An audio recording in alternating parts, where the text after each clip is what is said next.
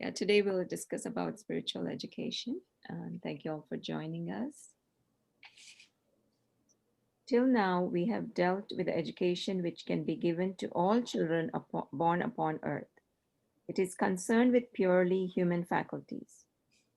But one need not stop there. Every human being carries hidden within him the possibility of a greater consciousness beyond the frame of his normal life, through which he can participate in a higher and vaster life.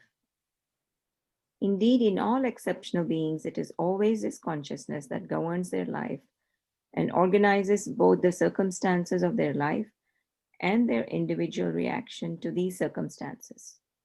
What the human mind does not know and cannot do, this consciousness knows and does. It is like a light that shines at the center of the being, radiating through the thick coverings of the external consciousness. Some have a vague perception of its presence. A good many children are under its influence, which shows itself very distinctly at times in their spontaneous actions and even in their words. Unfortunately, parents most often do not know what it is and do not understand what is happening in their children. Therefore, their reaction with regard to this phenomena is not happy, and all their education consists in making the child as unconscious as possible in this domain, to concentrate all its attention upon external things, thus forming the habit of looking upon those alone as important. It is true that this concentration upon external things is very useful, provided it is done in the proper way. The three lines of education, physical, vital, and mental, deal with that which may be defined as a means of building up the personality, raising the individual out of the amorphous subconscious mass, making it a well-defined self-conscious entity.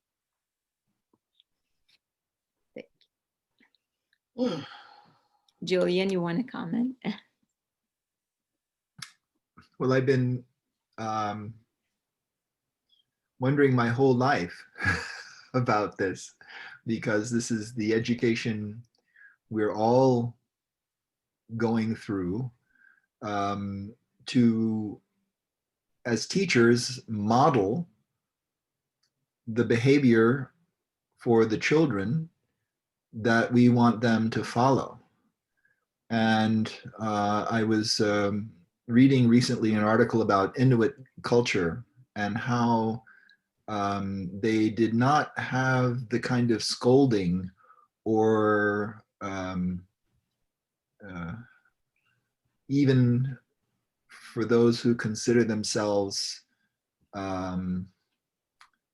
progressive, trying to use scientific methods. I am reminded of my son who was in tears over Thanksgiving vacation, and I asked him why, and he said, because I have to go back to school on Monday.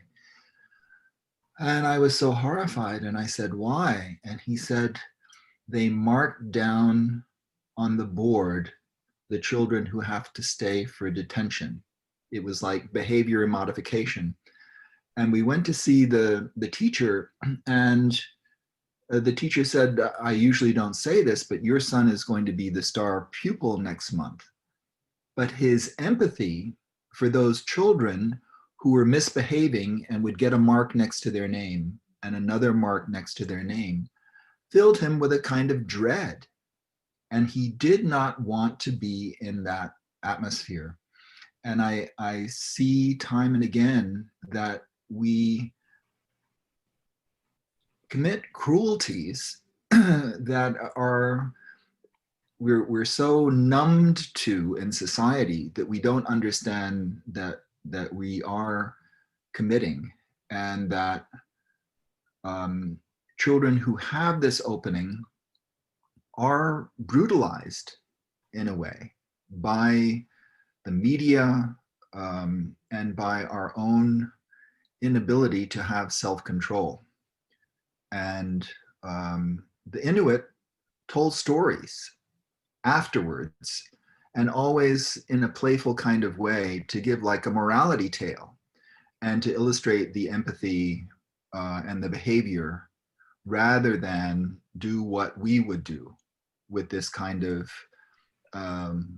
increasing levels of threats or timeouts or all of the strategies that we use to try to control a classroom and work with the children. So I found this very interesting, and I think also to the extent that you can have a good student-teacher ratio, so that basically teachers in the classroom are paying attention and nourishing those relationships that foster self-esteem, love of learning, and tolerance, kind of. It does lead to terrible things sometimes in the classroom. There was a child who was playing barber with the other child and cut off a lot of hair. Things happen very quickly that are shocking, but how we react to them and use, at least in the where we taught in Stanford at the Early Learning Center, to use descriptive language and not judgmental language, and not to put kids in a box. And when there was a problem, to think in terms of what it is that we loved about those children first, and to try to change our own attitudes. And I think you find often, when, I think I've mentioned this before, when teachers complained in the ashram about some children, the mother would always turn the tables and say, what could you be doing to make it more interesting? She always took the side of the children against the teachers.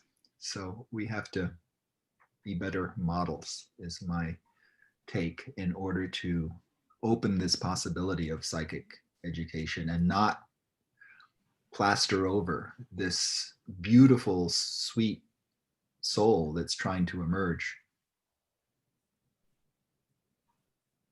Thanks, Julian. I know, I mean, these days there's a lot of research, a lot of schools are at least implementing mindfulness or other activities instead of detention. So hopefully we'll have more schools and also parents adapting to that. It's not just about teachers, but I think it's, as parents. Yeah. Well, that was the wonderful thing about videotaping in the class where we were, so we could show the parents the children that they didn't know, aspects of their personality. And because we documented it, it wasn't a thing of arguing or telling stories. It's like, here's the video. Here's your child paying attention with complete concentration. And then they could say, wow, I really don't know this young person I'm living with. Thanks, Julian. Chaitanya, you want to share as a parent? I think Julian summarized the whole thing. It's almost, he echoed my thoughts, whatever I felt about it. As parents, as educators, I think it's most important for us to lead a conscious life, be very conscious and be models to the children. And one thing that I can add here is that the mother says that she acknowledges that the external things are very useful. So it's very, it's an easy way for us to visibly make kids conscious and make ourselves conscious through every act, be it physical, mental, or any of the different parts of the being that we have discussed about. If every act can be done in the right way, which is again something that you model it. Very often I catch myself with the reaction that I have to all the things that my son does. So I know I'm a very bad example in so many ways. So the reactions that I have, like good or bad, I think we express ourselves too much, and they are always, of course, they're very observant. So they just pick what you do. So more and more, all I can say is that the parent and the teacher has to be much more conscious of their own actions to make them more, to let them continue with they're already influenced by their consciousness. So not to disrupt that and make them unconscious, like the mother puts it. That's it. Thank you. Thanks, Chaitanya. Andrea, you want to? I'm fascinated by this whole topic because it seems to me that one of the things that teachers are obsessed with, wrong, and I think wrongly, is the idea of controlling other human beings. It's not just teachers. I mean, we have that in our adult lives as well. But as long as you think you are going to control them, that's imposing something external, for one thing. And it absolutely flies in the face of everything we say we believe about education. If you think things ought to emerge out of interest, that they should follow their natural instincts and curiosity, that is not something that you need to control. What you need to control is, as you say, your own internal responses so that you can look as the mother did and said, well, what role do you have in this? I will say when I was a young teacher, a secretary in the school that I was teaching in Kentucky said to me, Mrs. Brownstein, do you have any problems with discipline in your classroom? And I said, no, they're just kids. They were fine. She says, well, you're so little and so young. She was assuming they were just going to, 8th graders were going to run right over me. Well, that's just not the way it happens. Julian, you know this, I'm sure. And Martha, I'm sure you do too. If you see that child as the person he or she is, that person will see you. And then you can proceed, you can just teach anything. But you can't assume that the imposition of your rules, I'm just going to use that, is going to accomplish much. So I'll give you one little example from my classroom practices. When I start class, I say, well, listen, the beginning of the year, I know I'm not the star of your movie, but while you're here, we all have to work together. So if you really need a conversation with the person next to you, I get that, but don't have it in the room. Just take it outside. Get up, go outside, have your conversation, and come back in. I'm not reporting you to anybody. We're just going to go on with our work. And when you're ready to work, you come back. And they went, in 40 years, probably 3 kids did that. But everybody worked in my classroom because we set the table for that.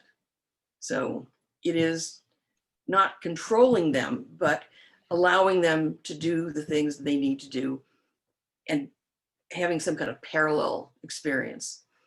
That's enough for right now. I'm sure I'll think of something like. Thanks, Andrea. I know, I mean, not only young children, but I think as parents for adult children also that applies the same. And we have our own perceptions. And then, yeah, thank you. Mira, you want to share?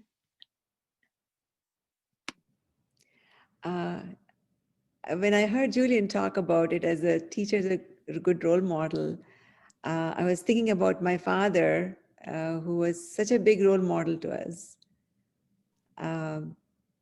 He was able to do a lot of things with the help of the Mother's Grace, and and he talked about all his activities to us, and then so that's how we understood like how things can be done, and how he could even just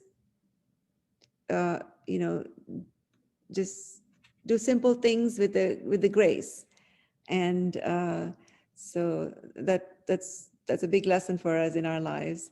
And as Sri Aurobindo says, that the best way to progress is through putting the psychic education in the front, and then constantly offering everything, constant self-offering to the divine. And Mother also talks about poetry, music, and art as being the soul educators for the soul.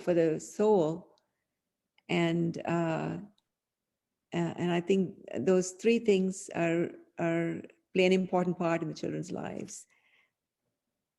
And also Kirit Joshi, one of Mother's Sri Aurobindo's devotees, he always said that psychic education it moves towards truth, beauty, and goodness. And it's a builder of inner life.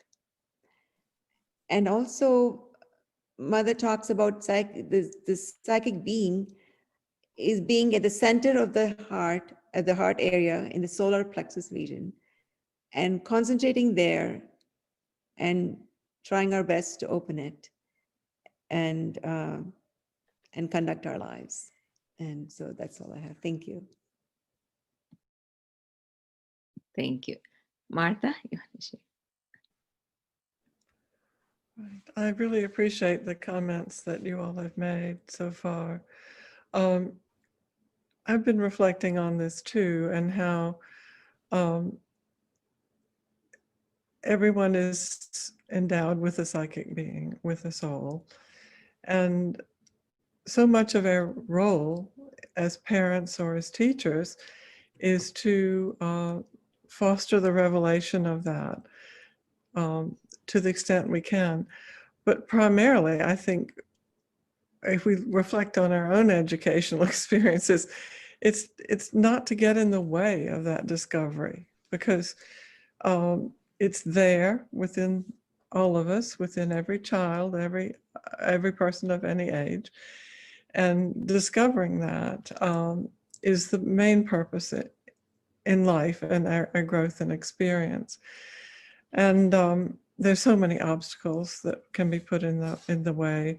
Mother later on in that reading, in that passage on psychic and spiritual education, describes some of the practices that we can employ to try to do our best in that regard, and being in touch with who we are and our real purpose. And she's talked so much, written so much about having a purpose in life, not having an aimless life. And I think that's one of the problems in our society, quite generally, is that we're very materially focused, and we don't realize in many areas of society that there is a purpose other than just living. And when we can get in touch with our inner being and begin to realize the significance of that, it makes all the difference in life, as you know, because you have a sense of purpose, and then you can center your activities around that and not take on things that are not consistent with your aims. I think Mother mentions that to discover the inner being, this is not entirely discovering the psychic being. The psychic being is part of that inner being, but it's that revelation and being united with it is a transforming experience.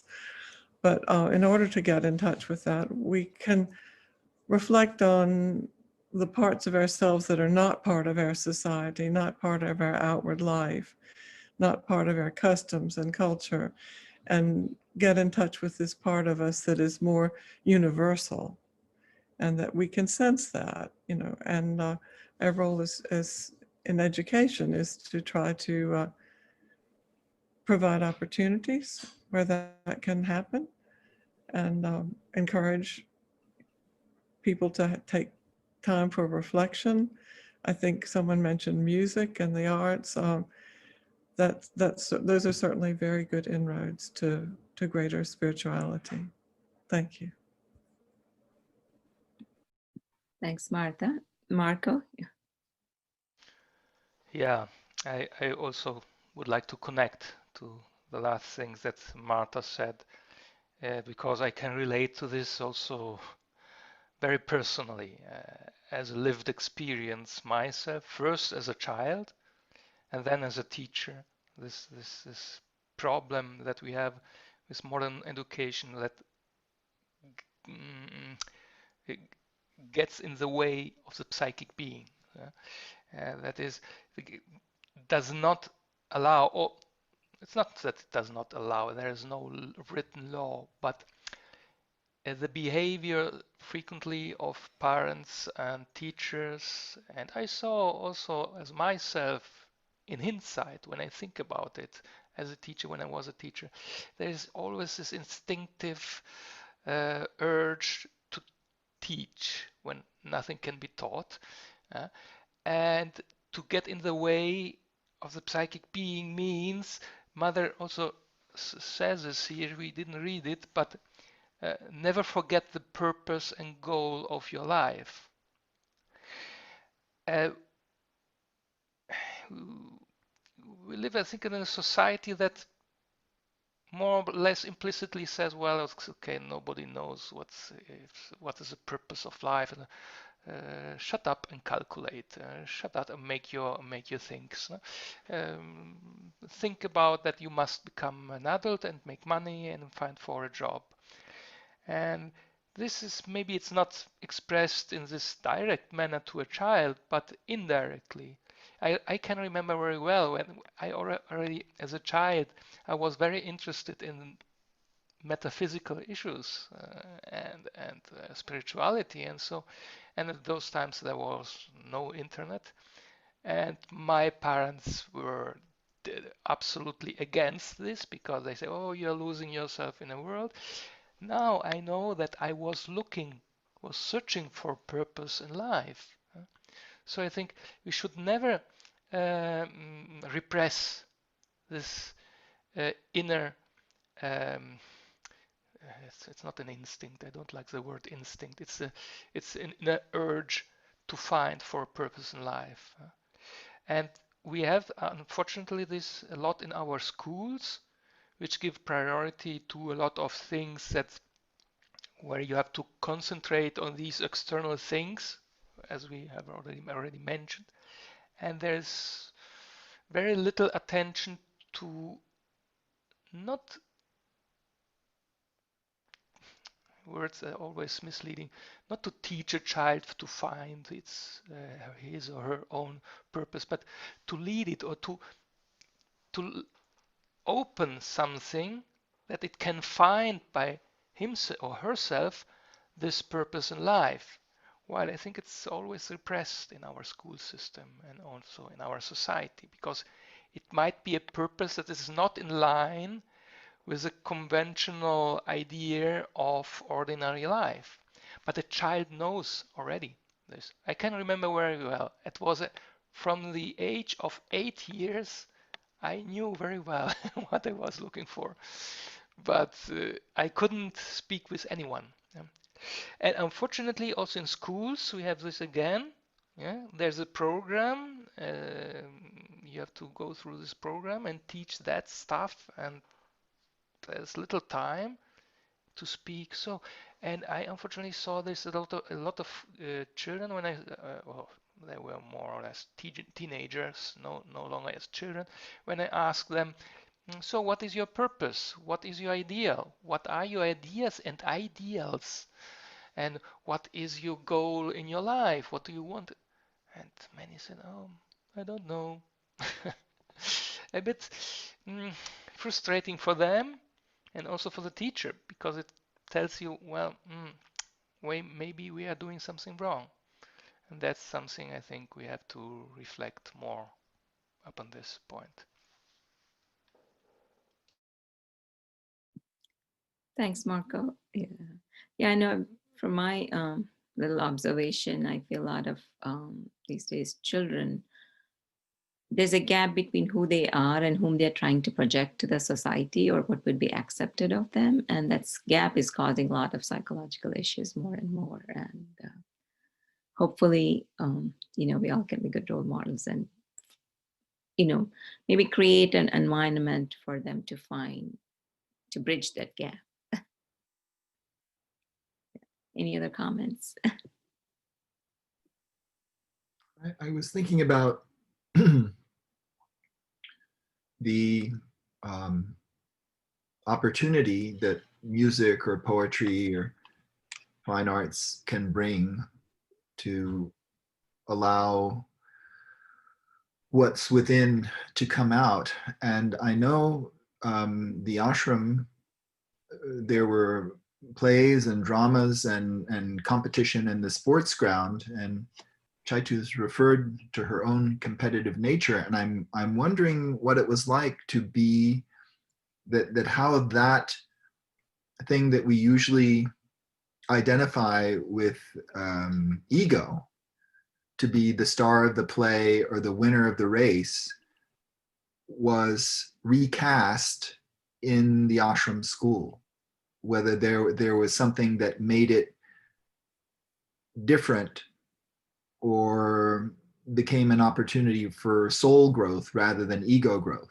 Did you see that or hear that or face that at all?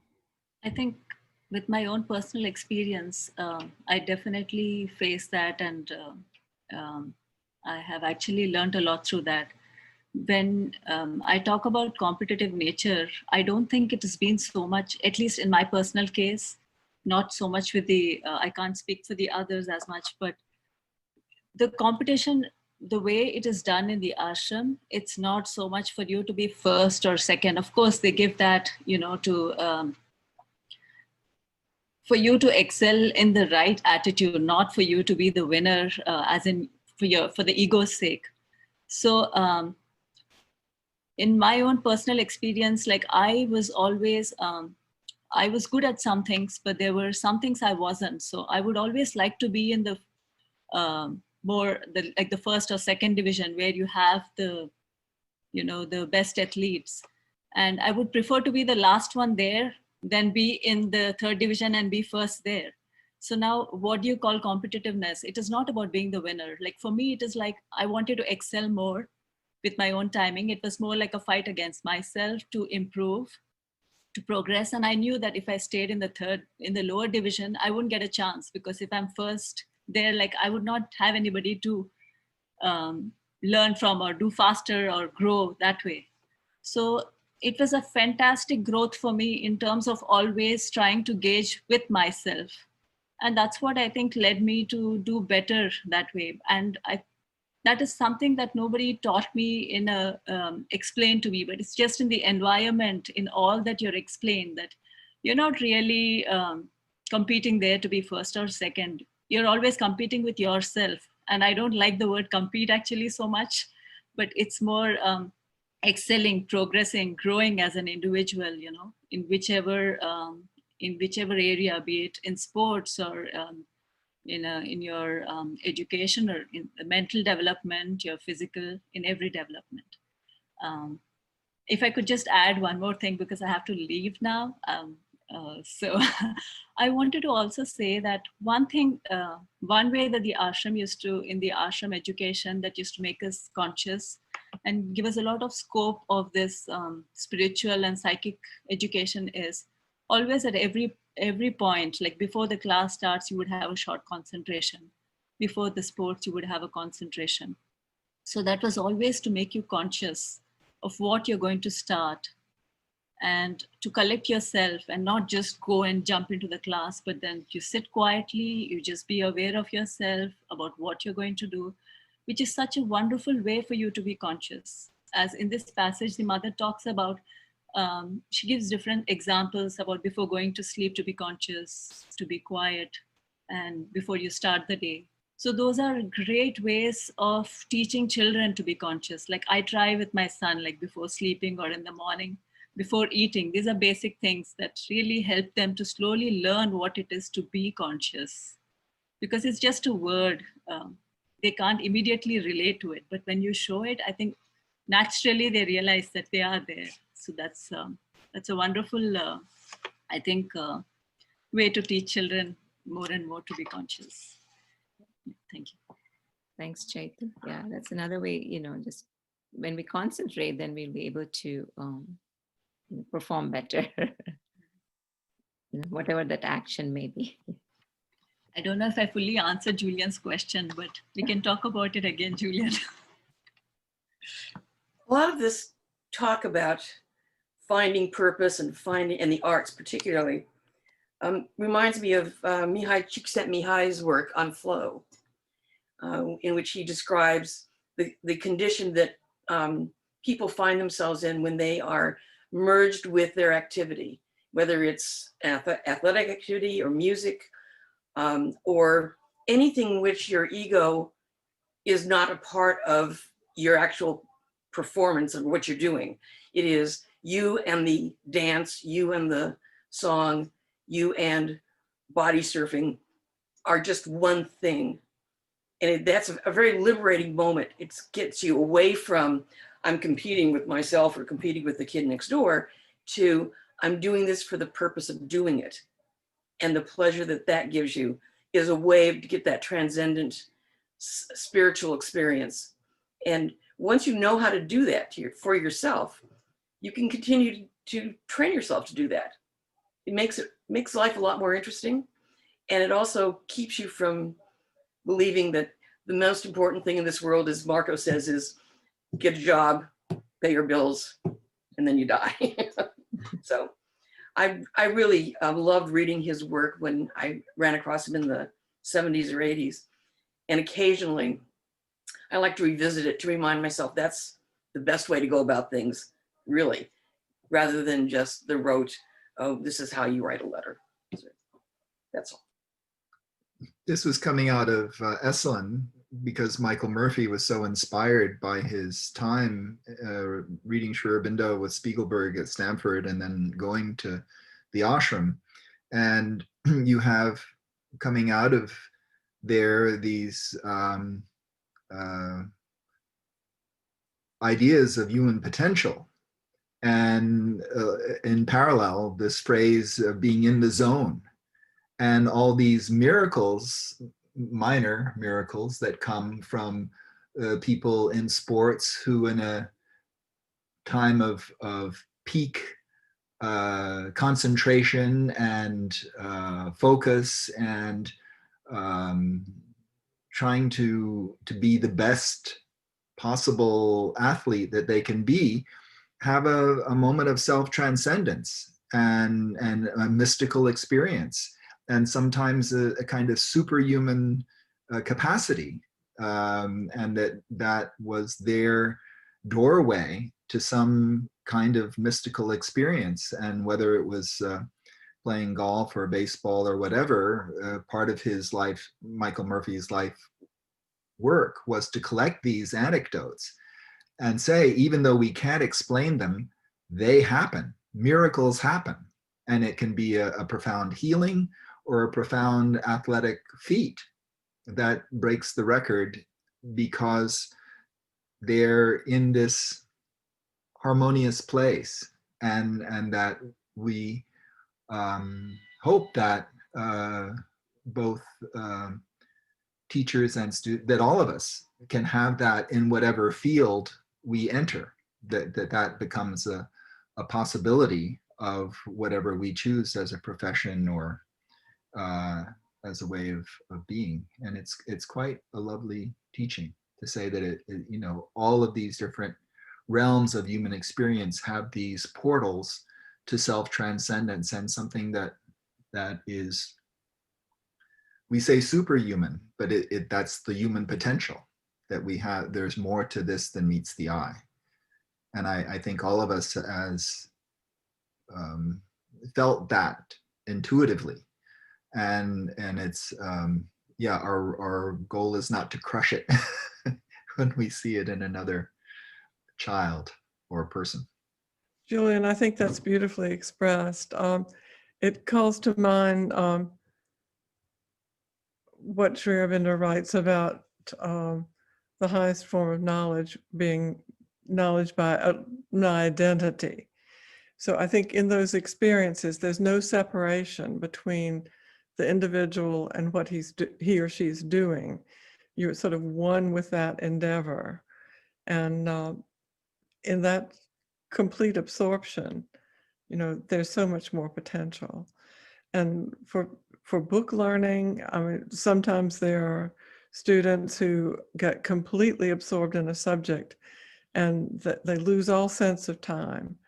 And they're sort of one with that material that they're reading.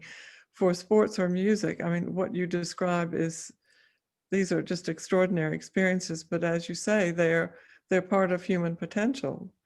And to the extent that that can be unlocked and accessed, it's really wonderful. But I think also that it is not so important what we do, but how we do it. No? It can be also a very intellectual exercise, must not necessarily poetry or something artistic. It can be also something scientific, for example. Also in these domains, I think one can excel, and there's also perhaps a bit different conception, but there's also sort of competition, if you want.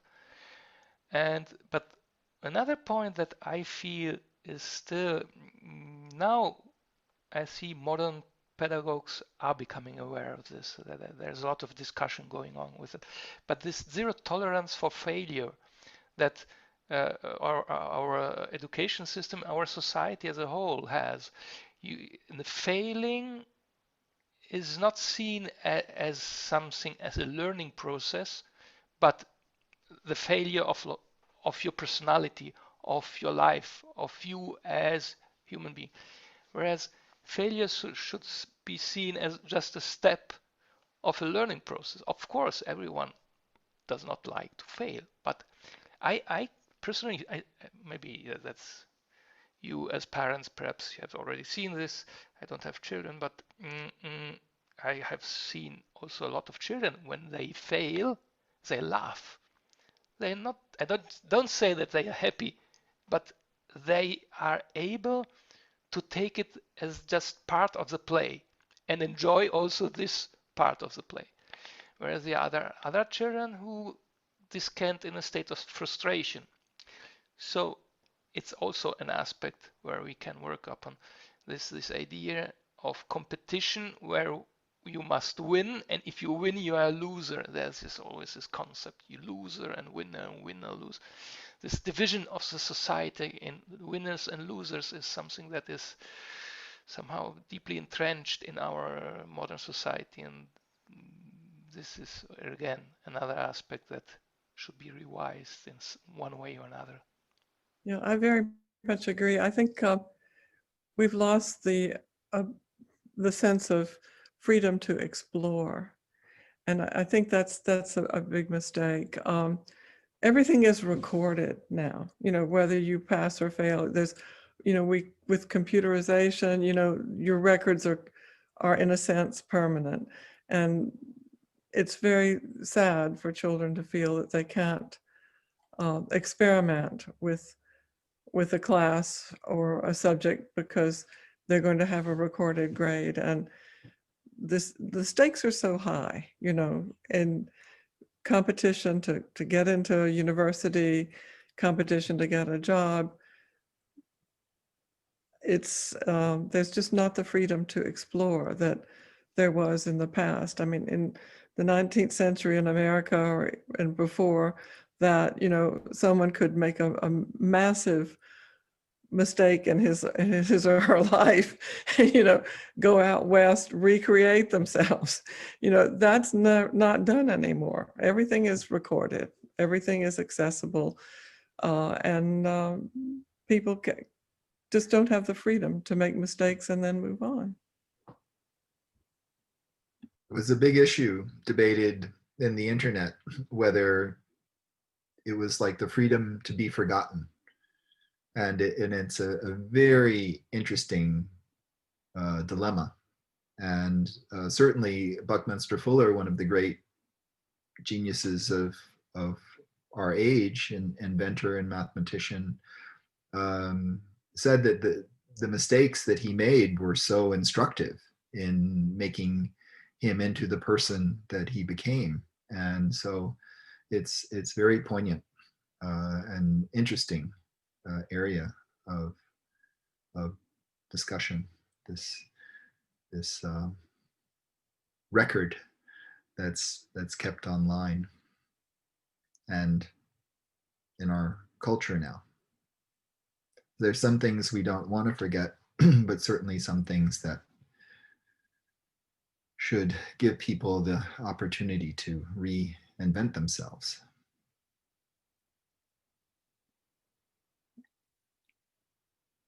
Thank you all. It was a wonderful discussion. We'll be there. Okay, thanks. Thank you. Good Good week, to see you all. folks. See you Bye. soon.